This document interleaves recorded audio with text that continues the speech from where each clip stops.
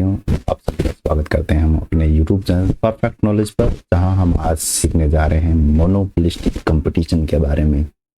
जितना आप इसको आसान समझते हैं, ये कंसेप्ट उससे काफ़ी गहरा है दोस्तों।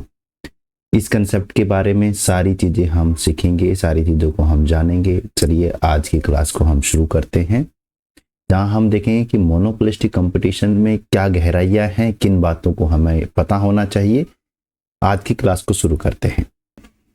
हमारी मोनोपोलिस्टिक को पढ़ने जा रहे हैं। मोनोपोलिस्टिक जो है वो क्या है, तो हमने पढ़ा था कि जो फर्म मार्केट होती है उसके अंदर हम पढ़ते हैं, एक तरफ हम पढ़ते हैं परफेक्ट कंपटीशन को, जो हम पढ़ चुके हैं परफेक्ट कंपटीशन, और दूसरी तरफ हम पढ़ते हैं इम्परफेक्ट कंपटीशन को।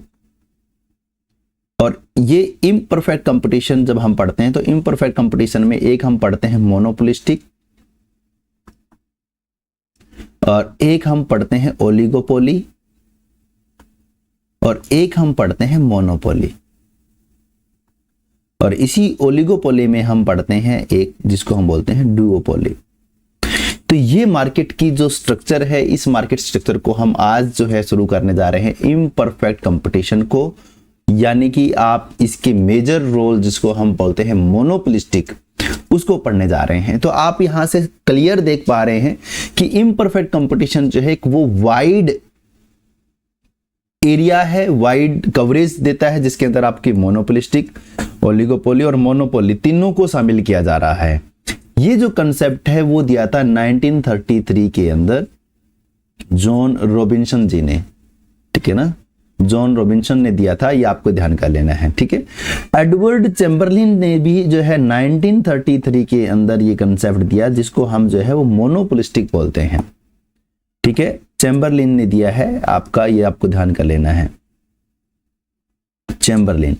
तो चैम्बरलिन ने दिया मोनोपोलिस्टिक 1933, जॉन रॉबिन्सन जी ने दिया इम्परफेक्ट कंपटीशन। तो कई बार जब आपसे माइनर इस पर क्वेश्चन पूछ लिया जाए कि बताइए इम्परफेक्ट कंपटीशन और मोनोपोलिस्टिक कंपटीशन में क्या डिफरेंसेस हैं, तो आप वहां पर कंफ्यूज हो सकते हैं कि भाई इनमें क्या डिफरेंस है, ये तो एक ही थ्योरी के दो नाम हैं, आप ये कहेंगे। लेकिन नहीं, आपको मैं बता दूं कि मोनोपोलिस्टिक जो है वो इम्परफेक्ट कंपटीशन का पार्ट है। यानी कि मोनोपोलिस्टिक कंपटीशन जो है वो एक छाता है जो बहुत ज्यादा चीजों को कवरेज कर रहा है, और मोनोपोलिस्टिक जो है उसके अंदर का वो डंडा है जो कि चैम्बरलिन ने इसको इस्तेमाल किया। यानी कि आप ये कहेंगे कि इम्परफेक्ट कंपटीशन एक वाइड एरिया को कवर करता है, मोनोपोलिस्टिक जो है उसका एक पार्ट है। क्लियर है बात। 1933 में ही दोनों जो कंसेप्ट है वो इंट्रोड्यूस किए गए थे। एक जो है वो इम्परफेक्ट कंपटीशन वो दिया गया था जॉन रॉबिन्सन जी के द्वारा, और मोनोपोलिस्टिक कंपटीशन जो दिया गया है वो दिया गया है चैम्बरलिन जी के द्वारा। तो आज हम पढ़ने जा रहे हैं मोनोपोलिस्टिक कंपटीशन, ठीक है, मोनोपोलिस्टिक कंपटीशन।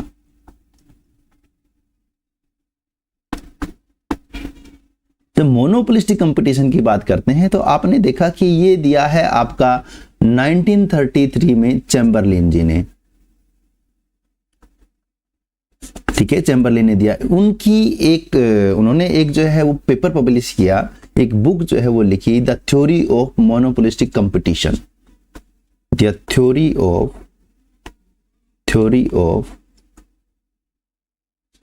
मोनोपोलिस्टिक कंपटीशन, जहां से ये कंसेप्ट जो है आपका इंट्रोड्यूस होता है, ठीक है ना, जहां से आप इस कंसेप्ट को जो है पढ़ना शुरू करते हैं।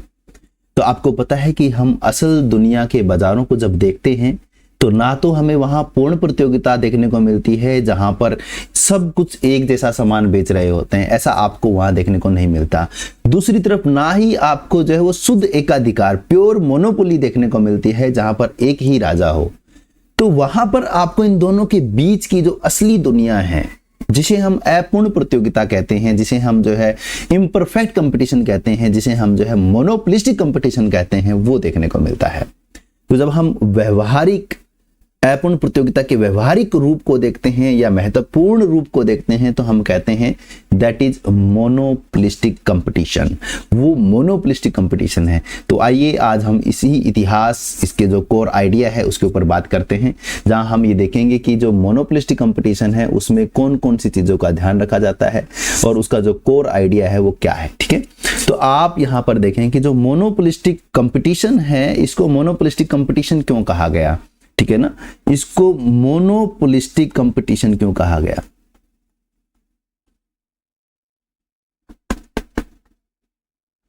ठीक है ना, तो यहां पर जो एक कोर आइडिया निकला ना, वो इस बात से निकला कि ये जो बना, ये बना एक तो मोनोपोली से और एक बना ये कंपटीशन से।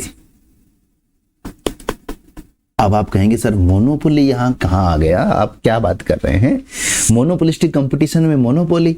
तो मैं आपको बताऊंगा कि आपको पता है कि मोनोपोलिस्टिक कंपटीशन में प्रोडक्ट डिफरेंशिएट पाए जाते हैं। प्रोडक्ट डिफरेंशिएट का मतलब कि एक फर्म जो है उसका जो भी प्रोडक्ट है उसके जैसा दूसरा कोई प्रोडक्ट नहीं है, सिमिलर हो सकता है, ये आपको ध्यान करना है। सिमिलर प्रोडक्ट हो सकता है, जैसे सपोज कीजिए मैं आपको कहता हूं कि एक टूथपेस्ट है जिसको हम हमेशा बोलते हैं कोलगेट, ठीक है ना, है तो टूथपेस्ट लेकिन ब्रांड इतना बड़ा है कि हम टूथपेस्ट को कोलगेट नाम से ही पुकारते हैं, ठीक है। दूसरा आप टूथपेस्ट में देखते हैं पेप्सोडेंट, ठीक है। आप यहां पर पतंजलि भी देखते हैं जिसको हम दंत कांति के नाम से जानते हैं, ठीक है। यहां पर आप जो है वो सेंसोडाइन ये भी देखते हैं। तो जब आप इन 4 टूथपेस्ट कंपनियों की बात कर रहे हैं तो आप ये कहते हैं कि सर ये तो 4 जो है वो कंपनियां हैं, ठीक है, और ये 4 कंपनियां जो है वो अपना अपना प्रोडक्ट बना रही हैं। लेकिन मैं ये कहूंगा कि कोलगेट जो अपना प्रोडक्ट बना रही है उसका कोई सब्स्टिट्यूट तो है, क्लोज सब्स्टिट्यूट तो है, लेकिन क्या आप ये कह सकते हैं कि कोलगेट जो बना रही है वही कोलगेट पेप्सोडेंट वाला बना सकता है? आप कहेंगे नहीं सर, क्योंकि कोलगेट वाले के पास अपना पेटेंट है, ठीक है, और वो जो है वो अपना प्रोडक्ट बनाएगी, यानी कि कोलगेट बनाने वाली सिर्फ एक ही फर्म है, वहां पर क्या है, कोलगेट की मोनोपोली है। क्यों? क्योंकि जो भी वो इंग्रेडिएंट यूज कर रहा है, जो भी वो सामग्री यूज कर रहा है, वो सामग्री का जो रेशियो है उसने उस पे पेटेंट ले रखा है, और वो रेशियो जो है वो सिर्फ और सिर्फ कोलगेट ही इस्तेमाल कर सकता है।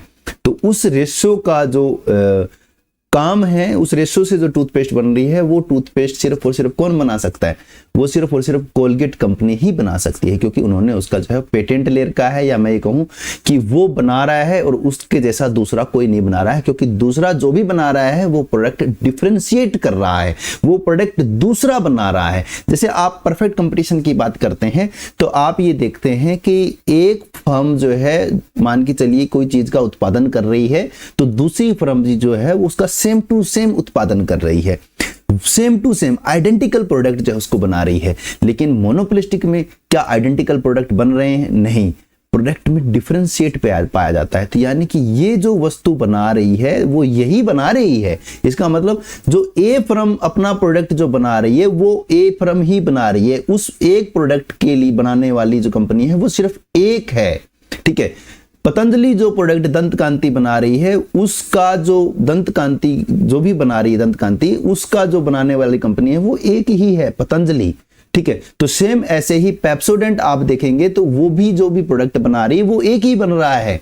यानी कि कहने का तात्पर्य क्या है कि एक वस्तु को बनाने वाली एक ही कंपनी है। तो यहां पर आप देखते हैं कि यहां पर आपको मोनोपोली देखने को मिलती है कि एक प्रोडक्ट को बनाने वाली एक कंपनी है, सिंगल सेलर है, ठीक है। तो आप ये कहेंगे कि यस सर, यहां पर आपको मोनोपोली जो है वो देखने को मिलता है। लेकिन क्योंकि साथ ही हम ये कहते हैं कि प्रोडक्ट डिफरेंशिएट जरूर है, लेकिन प्रोडक्ट डिफरेंशिएट जरूर है, लेकिन उनके बीच में क्या है, उनके बीच में कंपटीशन है, क्योंकि ये भी टूथपेस्ट बना रही है, ये भी टूथपेस्ट बना रही है, ये भी टूथपेस्ट बना रही है, और सेंसोडाइन भी टूथपेस्ट बना रही है। तो इन सभी के बीच में क्या है, कंपटीशन है। और इस कंपटीशन के होते हुए यहां पर आप ये देखते हैं कि सिमिलर प्रोडक्ट होते हुए यहां पर आपको कंपटीशन देखने को मिलता है। इसलिए मोनोपोलिस्टिक कंपटीशन, यहां पर मोनोपोलिस्टिक, मोनोपोली से और कंपटीशन आप देख ही रहे हैं पीछे लिखा हुआ है। तो ये जो नाम है ये इस बात पर निकलता है कि मोनोपोलिस्टिक भी है, यानी कि मोनोपोली भी है इस बात के अंदर, और कंपटीशन भी है इस बात में। तो यहाँ पर सब्स्टिट्यूट गुड्स है, निकट स्थानापन्न है, इसलिए आप यहाँ पर कंपटीशन देख पा रहे हैं। लेकिन एक ब्रांड जो है अपने प्रोडक्ट को पूरी दुनिया में एक ही ब्रांड जो है वो बना रहा है, जैसे एडिडास अगर कोई चीज बना रहा है तो वो एडिडास ही बना रहा है, दूसरा कोई व्यक्ति नहीं बना रहा है। यहाँ पर आप ये मत सोचना कि अगर एडिडास की शूज है तो कोई और शूज नहीं बना रहे, शूज तो और भी बना रहे हैं, लेकिन जो शूज एडिडास ने बनाया वो एडिडास ही बना रहा है। ऐसा नहीं है कि मैं अपनी कंपनी खोल दूं और एडिडास का लोगो लगा दूं, ऐसा नहीं है। यानी कि कहने का तात्पर्य क्या है कि एक प्रोडक्ट के ऊपर एक कंपनी की मोनोपोली भी है। तो मोनोपोलिस्टिक कंपटीशन के अंदर आपको मोनोपोली भी देखने को मिलता है और कंपटीशन भी देखने को मिलता है, जहां पर आपका यहां पर जो है आपको एक चीज जो है वो नजर आती है, वो आती है आपकी प्रोडक्ट डिफरेंशिएटेड की। ठीक है, तो यहां पर हम कुछ कैरेक्टरिस्टिक्स की बात करेंगे कि मोनोपोलिस्टिक कंपटीशन के अंदर क्या क्या कैरेक्टरिस्टिक्स होती हैं। तो आप यहां पर कैरेक्टरिस्टिक्स देख लेते हैं एक बार के लिए। तो आप देखते हैं कि लार्ज नंबर ऑफ सेलर्स आपको यहां पर देखने को मिलते हैं कि सेलर्स जो है बहुत ज्यादा संख्या में होते हैं। दूसरा आप देखते हैं कि लार्ज नंबर ऑफ बायर्स जो है आपको यहां पर देखने को मिलते हैं, बहुत ज्यादा संख्या में जो है वो खरीदार भी यहां पर मौजूद होते हैं। तीसरा आप देखते हैं प्रोडक्ट डिफरेंशिएशन, ठीक है ना, प्रोडक्ट डिफरेंशिएट। तो प्रोडक्ट जो है वो डिफरेंशिएट करता है, डिफरेंशिएशन है, यानी कि प्रोडक्ट जो है वो एक जैसे दिखते हैं, सिमिलर होते हैं लेकिन एक जैसे होते नहीं, उनमें कहीं ना कहीं कुछ ना कुछ थोड़ा ना थोड़ा जो है वो चेंज आपको देखने को मिलता है। जैसे आप कोलगेट की बात करेंगे तो कोलगेट जो है वो आपको कहता है कि एक्टिव साल्ट है, इसके अंदर साल्ट ज़्यादा है, ठीक है। तो पेप्सोडेंट जो है वो आपको ये कहेगा कि भाई यहाँ पर जो है कोई दूसरा कोई इस्तेमाल कर लेगा, ठीक है। सेंसोडाइन जो है वो ये कह रहा है कि सेंसिटिविटी को जो है वो उसके ऊपर प्रहार कर रहा है, ठीक है। तो कहीं ना कहीं इन्होंने जो है वो टूथपेस्ट जो सारों ने बनाई है, लेकिन इनके जो प्रोडक्ट है वो थोड़े थोड़े डिफरेंशिएट है, अलग अलग है। तो यहाँ पर प्रोडक्ट डिफरेंशिएशन जो है वो देखने को मिलता है। फिर आप देखते हैं कि जो फर्म्स हैं वो फ्री एंट्री फ्री एग्जिट कर सकती हैं, ठीक है ना, free entry and free exit जो है आपको यहाँ पर देखने को मिलता है। तो फर्में जो है आ जा सकती हैं, स्वतंत्र हैं आने जाने के लिए। पांचवा पॉइंट आप देखते हैं कि नॉन प्राइस कंपटीशन आपको यहां पर देखने को मिलता है, नॉन प्राइस कंपटीशन। अभी इसको आपको समझना इंपॉर्टेंट है। नॉन प्राइस कंपटीशन से कई बार क्वेश्चन पूछ लिया जाता है कि ऐसा जब आप मोनोपोलिस्टिक कंपटीशन देखते हैं तो वहां पर किस प्रकार का कंपटीशन जो है वो देखने को मिलता है। तो यहाँ पर नॉन प्राइस कंपटीशन देखने को मिलता है, यानी कि कीमतों को कम करके वो अपने प्रोडक्ट को ज्यादा नहीं बेचेंगे। सपोज कीजिए कि ये जो है टूथपेस्ट है कोलगेट वाली, तो कोलगेट जो है वो ऐसा नहीं करेगा कि इस 20 रुपए वाली जो कोलगेट है उसको 20 रुपए से कम करके 10 रुपए की कर देगा, नहीं, वो ऐसा नहीं करेगा, क्योंकि उसको पता है कि अगर वो अपने वस्तु की कीमत को कम करता है तो दूसरा जो उसका प्रतिद्वंदी है जिसके पास दूसरा कोई टूथपेस्ट है वो भी अपने प्राइस को कम करके जो है उसकी जो भी डिमांड उसको बढ़ने नहीं देगा। सिंपल सी बात है, ठीक है ना। तो अगर कोलगेट कम कर रही है तो पेप्सोडेंट भी कम कर देगी, सेंसोडाइन भी कम कर देगा, ठीक है। तो जब ये सारे कम कर देंगे, यानी कि एक साथ सभी कंपनियां जो है अपने प्राइसेस को कम कर देंगी, तो फिर जो मूवमेंट है, यानी कि सेंसोडाइन के कस्टमर कोलगेट की तरफ जाने थे, पेप्सोडेंट की जो कस्टमर है वो कोलगेट की तरफ जाने थे बिकॉज ऑफ सस्ती गुड्स की वजह से, तो वो सस्ती गुड्स तो उनको मिलेगी नहीं। क्यों? क्योंकि अब उनकी ये गुड्स भी जो है वो जो पहले से जिसको यूज कर रहे हैं वो भी सस्ती हो गई। तो इसका मतलब प्राइस कम करने से कोलगेट की डिमांड तो नहीं बढ़ेगी, ठीक है। तो इसलिए कोलगेट जो है वो अपने प्राइस को कम नहीं करेगा, वो क्या करेगा, वो करेगा अपने एडवर्टीजमेंट के ऊपर फोकस। यानी कि यहां पर आपको एडवर्टीजमेंट कॉस्ट जो है वो देखने को मिलती है, सेलिंग कॉस्ट जिसको हम बोल देते हैं, ठीक है ना। वो अपने सेलिंग कॉस्ट को बढ़ाएगा। सेलिंग कॉस्ट को क्यों बढ़ाएगा? क्योंकि वो एडवर्टाइजमेंट करेगा, वो लोगों तक पहुंच बनाने की कोशिश करेगा, वो अपने प्रोडक्ट के अंदर जो है वो एक, मैं ये कह सकता हूं कि वो ये कहेगा कि भी मेरे प्रोडक्ट के अंदर ये क्वालिटी है, वो अपने क्वालिटी में इंप्रूवमेंट करेगा, वो अपनी डिजाइन में इंप्रूवमेंट करेगा, वो लोगों को आकर्षित करने की कोशिश करेगा। तो वो जब ये सब चीजें करेगा तो वो प्राइस के साथ कंपटीशन नहीं कर रहा है, वो गुड्स की क्वालिटी के साथ कंपटीशन कर रहा है, वो लोगों के साथ अवेयरनेस यानी कि सेलिंग कॉस्ट एडवर्टीजमेंट के साथ जो है वो कंपटीशन कर रहा है। इसको हम बोलते हैं नॉन प्राइस कंपटीशन। तो आप देखते हैं कि जो भी मोनोपोलिस्टिक कंपटीशन को आप जब देखते हैं हैं, मोनोपोलिस्टिक बाजार को आप जब देखते हैं, एक अधिकारात्मक बाजार को जब आप देखते हैं, तो आप देखते हैं कि एक ही प्रकार की जो एडवर्टीजमेंट है वो आपको ज़्यादा देखने को मिलती है कि थोड़ी देर पहले जो है वो माउथ फ्रेश कोलगेट का एडवर्टीजमेंट आपने देखा, उसके थोड़ी देर बाद बबूल आ जाता है, उसके कुछ देर बाद जो है डेंटिस्ट का सुझाया नंबर 1 ब्रांड सेंसोडाइन। आप ये चीज़ों को देखते हैं, बार बार आपको जो है एक नॉलेज प्रोवाइड करवाई जाती है, बार बार जो है आपको एक क्वालिटी की बात की जाती है।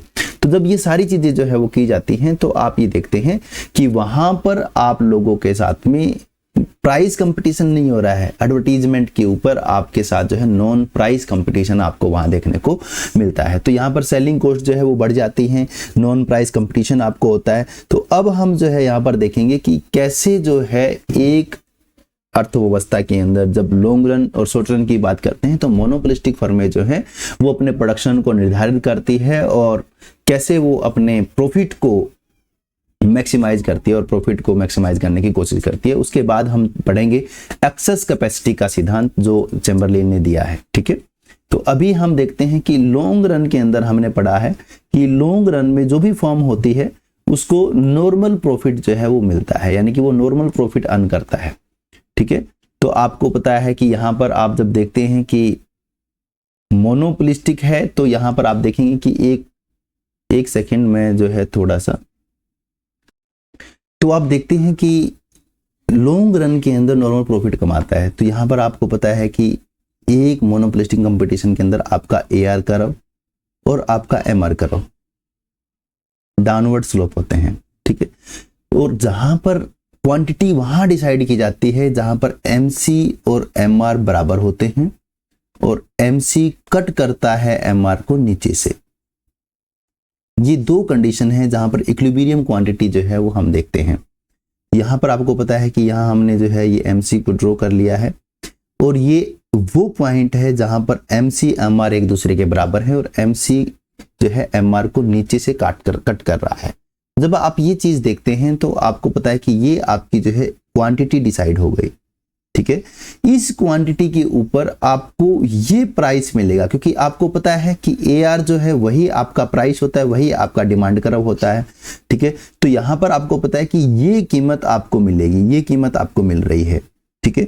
जब ये कीमत आपको मिल रही है तो यहाँ पर आप जब ड्रॉ करेंगे, क्योंकि आपको प्रॉफिट जब भी निकालना होता है, तो मैंने आपको पिछली वीडियो में बताया है कि जहां भी हम प्रॉफिट निकालते हैं तो प्रॉफिट हम वहीं निकाल पाते हैं जहां पर AR/AC जो है उसका डिफरेंस हम देखेंगे, ठीक है। तो AR/AC के डिफरेंस से हमें प्रॉफिट का पता चलता है, MR/MC से हमारी जो इक्विलिब्रियम क्वांटिटी है वो डिसाइड होती है।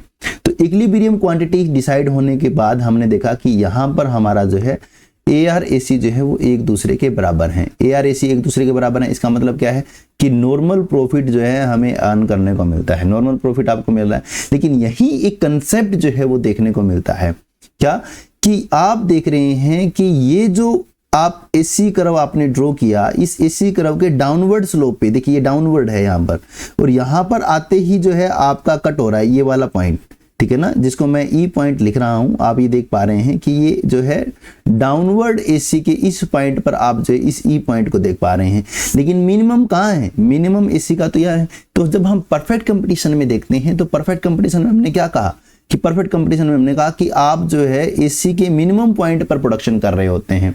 तो यहाँ पर आप मिनिमम पॉइंट पर प्रोडक्शन करेंगे तो यानी कि आप इतना प्रोडक्शन और करेंगे तब आप जो है वो मिनिमम पॉइंट पे आएंगे, यानी कि यहाँ आएंगे ना इसके ऊपर, यानी कि इतना प्रोडक्शन अगर आप और करते हैं तो आप AC के मिनिमम पॉइंट पे आते हैं। लेकिन आप प्रोडक्शन कर रहे हैं ये प्रोडक्शन कर रहे हैं तो आप जो है AC के डाउनवर्ड स्लोप के ऊपर ही जो है वो कट कर रहे हैं। इसका मतलब ये हुआ, जो आपके एडवर्ड चैम्बरलिन है वो ये कहते हैं कि इतनी जो है वो प्रोडक्शन कर सकती है वो फॉर्म जो है यहाँ E डैश तक जो है वो प्रोडक्शन कर सकती है, लेकिन वो प्रोडक्शन कहाँ तक कर रही है, वो E तक प्रोडक्शन कर रही है, यानी कि उसके पास में एक्सेस कैपेसिटी है।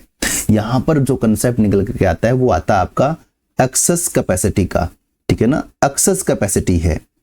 एक्सेस कैपेसिटी का क्या मतलब हुआ, एक्सेस कैपेसिटी का मतलब हुआ कि वो और भी उत्पादन कर सकता है, लेकिन वो और उत्पादन जो है वो कर नहीं रहा है, ठीक है ना। वो यहाँ उत्पादन करेगा तो उसको कॉस्ट और कम आएगी, ठीक है ना, और उसको यहाँ प्रोडक्शन करना चाहिए अकॉर्डिंग टू परफेक्ट कंपटीशन। आप देखते हैं कि मिनिमम एसी के ऊपर करना चाहिए, लेकिन वो प्रोडक्शन कहाँ कर रहा है, डाउनवर्ड स्लोपिंग एसी के ऊपर जो है वो प्रोडक्शन कर रहा है, यानी कि वो और प्रोडक्शन कर सकता है लेकिन वो इतना जो है वो प्रोडक्शन कर नहीं रहा है। इसके पीछे वो रीजन देते हैं कि ये जो आप देख पा रहे हैं, ठीक है ना, कि एक्सेस कैपेसिटी का जो रीजन वो देते हैं, वो यहाँ पर दो अजम्पशन देते हैं। एक तो हीरोइक अजम्पशन जो है वो यहाँ पर दिया जाता है कि हीरोइक अजम्पशन जो है वो यहाँ पर है, एक सिमेट्री जो है वो यहाँ पर वो कहते हैं। इसकी बात हम करेंगे सिमेट्री की और हीरोइक की जब हम एक्सेस कैपेसिटी का कंसेप्ट आगे पढ़ेंगे, लेकिन यहाँ अभी आपको इतना देखना है कि जहां पर एआर एसी बराबर होता है वहां पर आपको जो है वो नॉर्मल प्रॉफिट देखने को मिलता है, ठीक है। तो अभी हम शॉर्ट रन की बात कर लेते हैं। शॉर्ट रन के अंदर आपको पता ही है कि एक मोनोपोलिस्टिक कंपटीशन जो होता है शॉर्ट रन के अंदर उसको सुपर नॉर्मल प्रॉफिट, उसको जो है वो नॉर्मल प्रॉफिट और मिनिमम लॉस तीनों ही कंडीशन हो सकती है। जब हम सुपर नॉर्मल प्रॉफिट की बात करते हैं तो हम कहते हैं कि ये आपका एआर है, ये आपका एमआर है, यहां से आपकी एमसी ने कट किया, ये आपकी इक्विलिब्रियम क्वांटिटी डिसाइड हुई, यहाँ जो है आपके प्राइस डिसाइड हुए, तो ये आपको एआर मिल रहा है, यानी कि यहाँ आपको जो है वो प्राइस मिल रहा है, ये आपको प्राइस मिल रहा है, क्योंकि आपको प्राइस जो है वो ज़्यादा मिलेगा आपकी लागत से, यानी कि आपका एआर जो है वो ग्रेटर देन होगा आपके एसी से, तभी आपका जो है सुपर नॉर्मल प्रॉफिट होगा। तो आपको क्या करना है, आपको अपना एसी जो है वो ऐसे बना देना है। तो यहाँ आपका जो है वो एसी यहाँ डिसाइड हुआ, तो आप देख रहे हैं कि ये आपकी लागत है, ये आपकी इनकम है, ये आपकी लागत है, तो ये बीच का ये आपका क्या कहलाएगा, ये आपका बन जाएगा सुपर नॉर्मल प्रॉफिट। तो शॉर्ट रन के अंदर जो मोनोपोलिस्टिक कंपटीशन है उसमें एक फर्म जो है वो सुपर नॉर्मल प्रॉफिट जो है वो कमा सकती है। नॉर्मल प्रॉफिट का डायग्राम अभी आप बना करके आए हैं, तो इसको मैं फटाफट से बना देता हूँ, ठीक है। तो यहाँ पर आपका जो है वो एमसी आ गया और ये आपकी क्वांटिटी डिसाइड हो गई और यहाँ से जो है आपका एसी जो है वो बन गया। तो ये आपका एसी और एआर बराबर है यहाँ पर, तो ये आपका है नॉर्मल प्रॉफिट। मिनिमम लॉस की जब हम बात करेंगे तो हम बात करेंगे कि ये आपका एआर है, ये आपका एमआर है और यहाँ पर आपने एमसी को कट करवा दिया, ये एमसी ने कट किया, ये आपकी जो है वो प्राइस डिसाइड हो गई, ठीक है, और यहाँ से जो है आपका एसी जा। अब आप इसको ऊपर लेकर के जाएंगे तो इस क्वांटिटी पर आपकी ये कॉस्ट है, ये कॉस्ट है, ये कॉस्ट है और ये प्राइस है, यानी कि आपकी कॉस्ट जो है वो ज़्यादा है आपकी इनकम से, तो आपको लॉस हो रहा है, तो ये आपका आ जाता है मिनिमम लॉस। लेकिन यहीं आपको जो है इसके नीचे ही आपको एक कर्व और ड्राइव करना है AVC, ताकि आप बताओगे कि हमें वेरिएबल कॉस्ट जो है वो तो मिल रही है, ठीक है ना। तो जब आपको वेरिएबल कॉस्ट मिल रहा है तभी आप मिनिमम लॉस की कंडीशन में हो सकते हैं। तो यहाँ पर आपने ये देखा कि minimum loss, super normal profit, normal profit जो है वो कैसे आपके जो कर्व है वो ड्राइव होते हैं और कैसे एक फर्म को normal profit, super normal profit और लॉस का जो है वो देखना पड़ता है। अब हम चलते हैं एक्सेस कैपेसिटी के जो हमारे जो सिद्धांत है उसके ऊपर, कि जो चैम्बरलिन जी हैं उन्होंने ऐसा क्यों कहा कि एक्सेस कैपेसिटी होता है, ठीक है ना, अतिरिक्त क्षमता जो है वो पाई जाती है। तो आप देखते हैं कि जो भी उत्पादन एक फर्म कर सकती है, एक्सेस कैपेसिटी का एक एग्जांपल या मैं कहूं कि एक फॉर्मूला है जिसको हम पढ़ते हैं कि एक्सेस कैपेसिटी कहाँ होगी, ठीक है ना। एक्सेस कैपेसिटी जो है वो कहाँ होगी, वह उत्पादन जो फर्म न्यूनतम लागत पर कर सकती थी, ठीक है ना, वह उत्पादन जो फर्म न्यूनतम लागत पर कर सकती थी में से माइनस कर देंगे हम, ठीक है ना, वह वास्तविक उत्पादन जो फर्म ने किया है, ठीक है ना, वह वास्तविक उत्पादन जो फर्म ने किया, ठीक है ना। तो यहां पर आप देखते हैं, यहां आप उस डायग्राम को असल में समझ पाएंगे कि ये आपका एआर है और ये आपका जो है वो एमआर है, ठीक है। यहां से आपका एमसी ने कट किया, यहां पर क्वांटिटी डिसाइड हुआ, ठीक है, ये आपका क्वांटिटी डिसाइड हुआ। यहां आप देखते हैं कि ये आपका जो है वो एसी कर्व है, ये आपका एसी कर्व, तो एसी का मिनिमम पॉइंट तो यहां आ रहा है, ठीक है, और लेकिन उत्पादन कहां हो रहा है, उत्पादन यहां हो रहा है, उत्पादन जो है इस ई पॉइंट पे हो रहा है और मिनिमम आ रहा है आपका एफ पॉइंट पे, तो जहां ये उत्पादन कर सकती है वो तो ये वाला है, ठीक है, जिसको हम Q1 बोल रहे हैं। और ये जो है आपका, एक सेकेंड,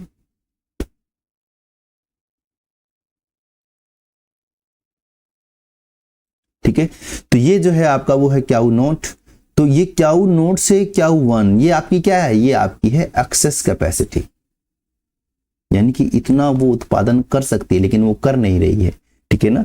अब वो क्यों नहीं कर रही है, इसके पीछे का जो रीजन है वो दो चीजें मैंने आपको बताया था कि एक तो जिसने उसने कहा था कि आपका जो है वो हीरोइक अजम्पशन उन्होंने मांगी थी, और दूसरा जो है उन्होंने ये मानना था कि यहाँ पर जो है आपको मैं बताना चाहूंगा कि सिमिट्री जो है वो चीजों को देखने में मिलती है। यानी कि एक बात तो वो क्या कहते हैं, हीरोइक का मतलब वो ये कहते हैं कि ऐसी अजम्पशन वो मान रहे हैं, मैं आपको बताता हूं, आप समझना इस बात को, जो मतलब एक हीरो टाइप बात जिसको हम कह सकते हैं, ठीक है ना। चैम्बरलिन ने ऐसी कोई बात कह दी, क्या कहा उन्होंने, इसने कहा कि एक फर्म जो है अगर अपने प्राइस को कम करती है, अगर ए फर्म जो है अपने प्राइस को कम करती है तो बी फर्म जो है वो अपने प्राइस को कम नहीं करेगी, क्योंकि मार्केट बहुत बड़ा है और ए फर्म जो है वो मार्केट में बहुत कम शेयर रखती है। इस वजह से ए फर्म जो है मार्केट में बहुत कम शेयर रखती है, इस वजह से जो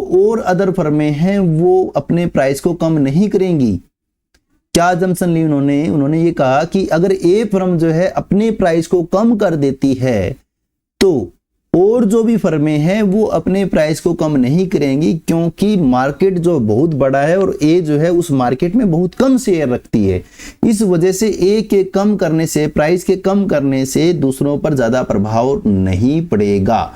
ये बात कहता है हीरोइक अजम्पशन में। फिर कहता है सिमिट्री में क्या कहता है वो ये कहते हैं कि भाई जो भी फर्में हैं, ठीक है ना, वो एक दूसरे को देख करके प्रोडक्शन कर रही होती हैं।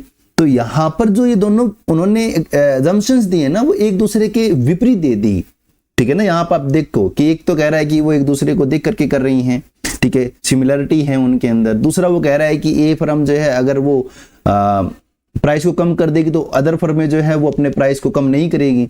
तो ये सेल्फ कॉन्ट्राडिक्टरी है, ठीक है। क्या है ये, सेल्फ कॉन्ट्राडिक्टरी है, ये आपको ध्यान कर लेना है, सेल्फ कॉन्ट्राडिक्टरी है। तो कई बार जो है ये चीज भी पूछ ली जाती है कि इनमें से कौन सी दो अजम्पशन है जो सेल्फ कॉन्ट्राडिक्टरी है। तो आप कहेंगे एक तो हीरोइक अजम्पशन और एक सिमिट्री की जो अजम्पशन चैम्बरलिन ने दी है एक्सेस कैपेसिटी में, ठीक है ना, वो सेल्फ कॉन्ट्राडिक्टरी है। क्लियर है बात। अब यहां पर एक क्वेश्चन और बनता है जो हम पढ़ते हैं मोनोपोलिस्टिक कंपटीशन के अंदर, और वो हम पढ़ते हैं कि मोनोपोलिस्टिक कंपटीशन के अंदर सप्लाई करो इनडिटरमाइन होता है।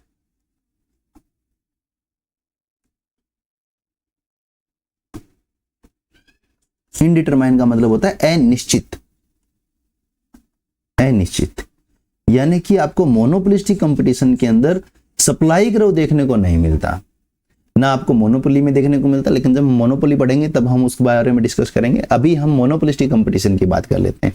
तो आप कहेंगे सर अभी तक जो हम पढ़ करके आए एमसी का अपवर्ड पार्ट, तो वो क्या था, तो मैं आपको बता दूं कि वो परफेक्ट कंपटीशन की बात हमने की है, ठीक है ना। कि परफेक्ट कंपटीशन में आपका जो सप्लाई कर्व होता है वो एमसी का अपवर्ड पार्ट होता है, लेकिन मोनोपोलिस्टिक कंपटीशन के अंदर आपको जो है वो सप्लाई कर्व देखने को नहीं मिलता है। और इसके पीछे का रीजन क्या होता है, इसके पीछे का रीजन है क्योंकि मोनोपोलिस्टिक कंपटीशन, मैंने आपको अभी बताया कि मोनोपोली और कंपटीशन से मिलकर के बना है। तो यानी कि इसके अंदर आप ये कह सकते हैं कि मोनोपोली की पावर भी है, यस, यानी कि कुछ हद तक मैं आपको जो बात बोल रहा हूं आप इसको ध्यान से समझिएगा कि कुछ हद तक ये जो फर्में हैं वो अपने प्राइस को डिटरमाइन कर सकती हैं, वो अपने प्राइस के ऊपर कंट्रोल करती हैं। क्यों? क्योंकि इनका जो प्रोडक्ट है वो डिफरेंशिएट है, वो अलग है और अपने आप में यूनिक है, माना कि इनके प्रोडक्ट जो है वो डिफरेंशिएट पाए जाते हैं, सिमिलर पाए जाते हैं, लेकिन इनके प्रोडक्ट जो है वो एक दूसरे से मिले हुए जरूर हैं लेकिन एक दूसरे से अलग हैं, यानी कि एक प्रोडक्ट जो है वो एक ही कंपनी बना रही है, तो कहीं ना कहीं वहां पर मोनोपोली देखने को मिलती है। तो आप ये देखते हैं कि मोनोपोली पावर उनमें एग्जिस्ट होने की वजह से वो थोड़ा बहुत जो है वो प्राइस के ऊपर कंट्रोल रखते हैं। तो कुछ हद तक, कुछ लिमिट तक उनका जो है प्राइस कंट्रोल पाया जाता है, जिस वजह से अगर वो प्राइस को कम कर देते हैं, सपोज कर लेते हैं हम कि ए फर्म जो है वो अपने प्राइस को कम कर देगी, तो जैसे ही ए फर्म जो है अपने प्राइस को कम कर देगी तो जो दूसरी फर्म है बी फर्म, जो उसकी बहुत नजदीकी फर्म है, वो उसके ऊपर बिल्कुल गौर फरमाए हुए है, वो उसके ऊपर नजर रखे हुए है। क्यों? क्योंकि उसको पता है कि भाई अगर ये फर्म जो है वो अपने प्राइस को कम कर देगी तो तेरे जो कस्टमर हैं वो कुछ कस्टमर यहाँ आपका प्रोडक्ट छोड़ करके दूसरी फर्म की तरफ चले जाएंगे। जब दूसरी की तरफ चले जाएंगे तो उसको लॉस होगा, तो वो भी क्या करती है, वो भी अपने प्राइस को कम कर देगी। क्लियर है बात? तो अगर ए फर्म जो है अपने प्राइस को कम करती है तो बी फर्म जी जो है वो भी अपने प्राइस को कम कर देगी। तो कीमत कम होने पर क्वांटिटी क्या बिकेगी? सेम। यहां पर आप ध्यान से समझना मैं क्या कहना चाह रहा हूं। मैं ये कहना चाह रहा हूं कि पहले पी प्राइस के ऊपर 10 क्वांटिटी जो है वो बिक रही थी कोलगेट की। कोलगेट ने क्या करा कि पी को कम करके P2 कर दिया, कम कर दिया, ठीक है। लेकिन अब भी उसका जो सेल है, उसकी जो डिमांड है वो कितनी बन गई? 10 ही बन गई। यानी कि प्राइस के साथ में उसका रिलेशन देख ही नहीं पा रहे हैं हम। क्लियर है ना बात? कि अभी भी जो है वो P जो है वो 10 था, पहले P2 करते ही उसको फिर से 10 देना पड़ रहा है। तो अब यहां आप ये देखेंगे कि भाई यहां तो रिलेशन दिख ही नहीं रहा है। तो यहां हम सप्लाई कर्व की जब हम बात करते हैं तो सप्लाई कर्व में हम रिलेशन देखते हैं प्राइस का, कि प्राइस जो है वो देखेंगे हम प्राइस के साथ में क्या चीजें जो है वो हैपन हो रही हैं, ठीक है। तो यहाँ पर आपको ये देखने को मिलता है कि यहाँ पर वो चीजें देखने को नहीं मिलती, वो कॉम्बिनेशन देखने को नहीं मिलते। इस वजह से जो सप्लाई कर्व है वो यहाँ पर इनडिटर्मिनेट होता है, यानी कि इनडिटर्मिनेट होता है, उसको अनिश्चित कहते हैं, वो यहाँ पर ड्राइव नहीं होता है। तो मोनोपोलिस्टिक कंपटीशन में सप्लाई कर्व जो है वो इनडिटर्मिनेट होता है। लेकिन यहीं पर हम एक कंसेप्ट पढ़ करके गए थे परफेक्ट कंपटीशन के अंदर, क्या कि एक तो होती है फर्म और वर्सेस हमने कर दिया था इंडस्ट्री। आपको ये समझ में आ गया था कि फर्म क्या होती है और इंडस्ट्री क्या होती है। आपने फर्म भी देख लिया था, आपने इंडस्ट्री भी देख ली थी। फर्म में आपने कहा था कि एक प्रकार की वस्तु बनाने वाली, एक जो गुड्स बनाने वाली जो फर्म है, वो एक गुड्स बनाने वाली जो कंपनी है उसको हम फर्म करते हैं, और वैसी ही गुड्स बनाने वाली कई सारी कंपनियां हैं उसको हम इंडस्ट्री कह देते हैं, ठीक है। तो यहां पर आप ये देखते हैं कि यहां पर जो एक गुड बना रही है फर्म, वैसी गुड तो यहां नहीं बनाई जा रही हैं, क्योंकि यहां पे तो सारी गुड जो है अपने आप में एक एक है ना। क्योंकि यहां पे तो आइडेंटिकल थी ना, सारी की सारी बिल्कुल सेम टू सेम थी, आइडेंटिकल थी, एक जैसी थी, इसलिए हमने उनके समूह को क्या बोल दिया? इंडस्ट्री बोल दिया। लेकिन यहां पर जो भी गुड्स हैं वो आइडेंटिकल नहीं है, उनमें थोड़ा थोड़ा डिफरेंस है। इस वजह से इसको जो हम बोलते हैं, इसको हम बोल देते हैं फर्म ग्रुप, ठीक है ना, ग्रुप बोल देते हैं इसको, फर्म्स ग्रुप बोल देते हैं। यहां पर आपको ध्यान कर लेना है, फर्म ग्रुप जो है ये नाम का यहां पर इस्तेमाल होता है, ठीक है। तो यहां पर फर्म ग्रुप का इस नाम का इस्तेमाल होता है। परफेक्ट कंपटीशन में उसको हम इंडस्ट्री बोल देते हैं। तो इंडस्ट्री वर्सेस जो है फर्म ग्रुप भी आपको क्वेश्चन जो है वो पूछा जा सकता है, ठीक है। तो आज जो है हमने सीखा, वो क्या क्या सीखा है, मोनोपोलिस्टिक कंपटीशन क्या होता है, उसकी क्या विशेषताएं हैं, और उसके अंदर जो है शॉर्ट रन लॉन्ग रन में कैसे इक्विलिब्रियम तय होते हैं, और कैसे एक्सेस कैपेसिटी जो है हमें यहाँ देखने को मिलती है। सप्लाई कर्व के बारे में हम यहाँ बात कर चुके हैं, और यहाँ पर फर्म, इंडस्ट्री और फर्म ग्रुप के बारे में भी हम बात कर चुके हैं। तो अभी तक जो हमने सीखा है उसमें किसी बच्चे को कोई समस्या है तो वो पूछ सकता है।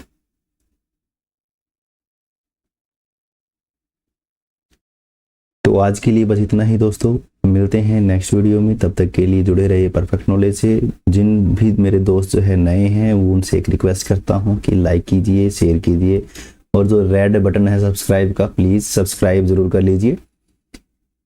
पढ़ो ऐसा कि फिर पढ़ना ना पड़े, कि ध्येय के साथ हम जो है यहाँ पढ़ाने आते हैं। आपका एक लाइक हमें बहुत मोटिवेट करता है। जय हिंद, जय भारत।